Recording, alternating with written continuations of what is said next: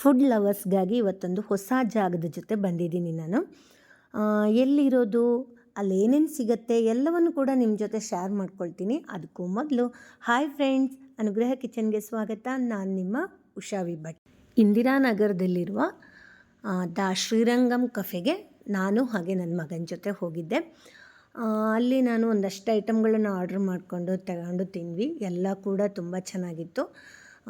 ಅದರಲ್ಲಿ ಒಂದು ಫಸ್ಟಿಗೆ ಬಟಾಣಿ ಇಡ್ಲಿ ನೋಡಿ, ಪುಟ್ಟದಾದ ಇಡ್ಲಿ ಮೇಲೆ ಸಾಂಬಾರು ಹಾಕಿ ಅದರ ಮೇಲಿಂದ ತುಪ್ಪ ಹಾಕಿ ಕೊಡ್ತಾರೆ. ತುಂಬಾ ಚೆನ್ನಾಗಿತ್ತು. ಇಲ್ಲಿ ನಾನು ಹೋದಾಗ ನನಗೆ ನುಗ್ಗೆಕಾಯಿ ಸಾಂಬಾರು ಸಿಕ್ಕಿತ್ತು. ಸಾಂಬಾರಿನ ಟೇಸ್ಟು ಆ್ಯಕ್ಚುಲಿ ಹೇಗಿತ್ತಂದರೆ ನಮ್ಮ ಮನೆಯಲ್ಲೆಲ್ಲ ಮಾಡೋ ಥರನೇ ಇತ್ತು. ಹೋಮ್ ಫೀಲ್ ಕೊಡ್ತು ನನಗೆ ಸಾಂಬಾರು ಟೇಸ್ಟು. ತುಂಬಾ ಚೆನ್ನಾಗಿತ್ತು. ಬಟಾಣಿ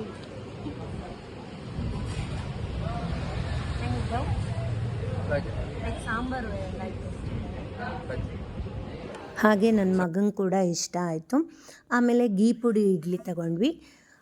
ತಟ್ಟೆ ಇಡ್ಲಿ ಮೇಲಿಂದ ಒಂದಷ್ಟು ಪುಡಿ ಹಾಕಿ ಅದರ ಮೇಲಿಂದ ತುಪ್ಪ ಹಾಕಿ ಅದ್ರ ಜೊತೆ 3 ಥರದ ಚಟ್ನಿ ಹಾಗೆ ಸಾಂಬಾರನ್ನು ಕೊಟ್ಟರು. ಇಡ್ಲಿ ತುಂಬ ಸಾಫ್ಟಾಗಿತ್ತು, ಬಿಸಿ ಬಿಸಿಯಾಗಿತ್ತು ಕೂಡ, ತುಂಬಾ ರುಚಿಯಾಗಿತ್ತು. ಈ ಶ್ರೀರಂಗಂ ಕಫೆ ಇಂದಿರಾನಗರ ಮೆಟ್ರೋ ಸ್ಟೇಷನ್ಗೆ ಹತ್ತಿರ ಇದೆ. ಮೇನ್ ರೋಡ್ ಸಮೀಪನೇ ಇರೋದ್ರಿಂದ ನೀವು ಯಾವಾಗ ಬೇಕಿದ್ರೂ ಆ ಕಡೆ ಹೋದಾಗ ಒಂದು ಸಲ ವಿಸಿಟ್ ಮಾಡಿ ಟೇಸ್ಟ್ ಮಾಡ್ಬೋದು.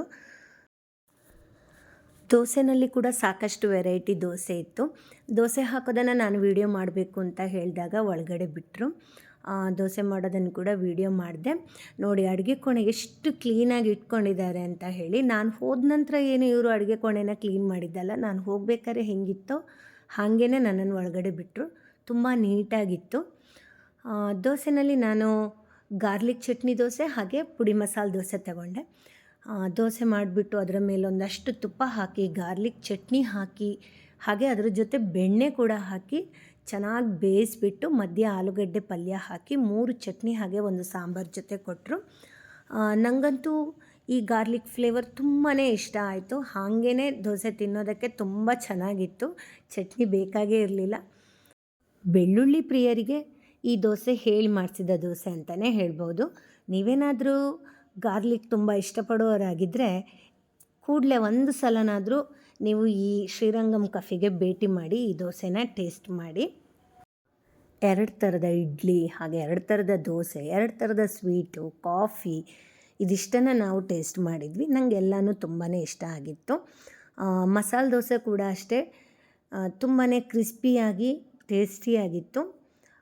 ಇಲ್ಲಿ ಸೆಲ್ಫ್ ಸರ್ವಿಸು, ನಮಗೇನು ಬೇಕೋ ಅದನ್ನು ಆರ್ಡ್ರ್ ಮಾಡಿಕೊಟ್ಟಿದ್ದನ್ನು ತಗೊಂಡೋಗಿ ಇಟ್ಕೊಂಡು ತಿನ್ನೋದಕ್ಕಷ್ಟೇ ಜಾಗ ಇರೋದು. ಕೂತ್ಕೊಂಡು ತಿನ್ನೋದಕ್ಕೆ ಅಷ್ಟು ತುಂಬ ಜಾಗ ಇಲ್ಲ. ಪುಟ್ಟ ಹೋಟ್ಲು ಆದರೂ ತುಂಬ ಕ್ಲೀನಾಗಿ ಇಟ್ಕೊಂಡಿದ್ದಾರೆ, ಹಾಗೆ ಬಜೆಟ್ ಫ್ರೆಂಡ್ಲಿ ಕೂಡ. ಮಸಾಲೆ ದೋಸೆ ನನ್ನ ಆಲ್ ಟೈಮ್ ಫೇವ್ರೆಟ್ ದೋಸೆ ಅದು. ಅದಕ್ಕೆ ಇನ್ನೊಂದು ಸ್ವಲ್ಪ ಇವರು ಪುಡಿ ಹಾಕಿರೋದು ಇನ್ನೂ ಜಾಸ್ತಿನೇ ರುಚಿ ಕೊಡ್ತು. ತುಂಬ ಚೆನ್ನಾಗಿತ್ತು. ಸಾಮಾನ್ಯವಾಗಿ ಪಂಚಾಮೃತ ದೇವಸ್ಥಾನಗಳಲ್ಲಿ ಕೊಡುವಂತಹ ಪ್ರಸಾದ ಅಂತ ಹೇಳ್ಬೋದು. ಇಲ್ಲಿ ನಿಮಗೆ ಅದು ಕೂಡ ಸಿಗತ್ತೆ. ದೇವಸ್ಥಾನದಲ್ಲಿ ಸಿಗುವಂತಹ ಪಂಚಾಮೃತದ ರುಚಿಯೇ ಈ ಪಂಚಾಮೃತಕ್ಕೂ ಇತ್ತು. ನಾನು ತಗೊಂಡು ಟೇಸ್ಟ್ ಮಾಡಿದೆ.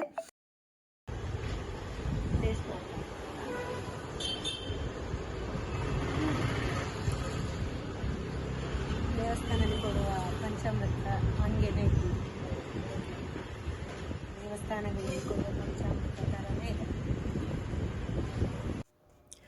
ಕೇಸರಿ ಬಾತ್ ಕೂಡ ಟೇಸ್ಟ್ ಮಾಡಿದೆ. ತುಂಬ ಚೆನ್ನಾಗಿತ್ತು. ಏನಪ್ಪ ಆವಾಗಿಂದ ಇವಳೊಬ್ಬಳೇ ತಿಂತಿದ್ದಾಳೆ ಅಂತ ಅಂದ್ಕೊಂಡ್ರೆ ಇಲ್ಲ, ನಾವು ತಗೊಂಡ ಅಷ್ಟು ಐಟಮನ್ನು ನಾನು ನನ್ನ ಮಗ ಶೇರ್ ಮಾಡ್ಕೊಂಡು ತಿಂದ್ವಿ.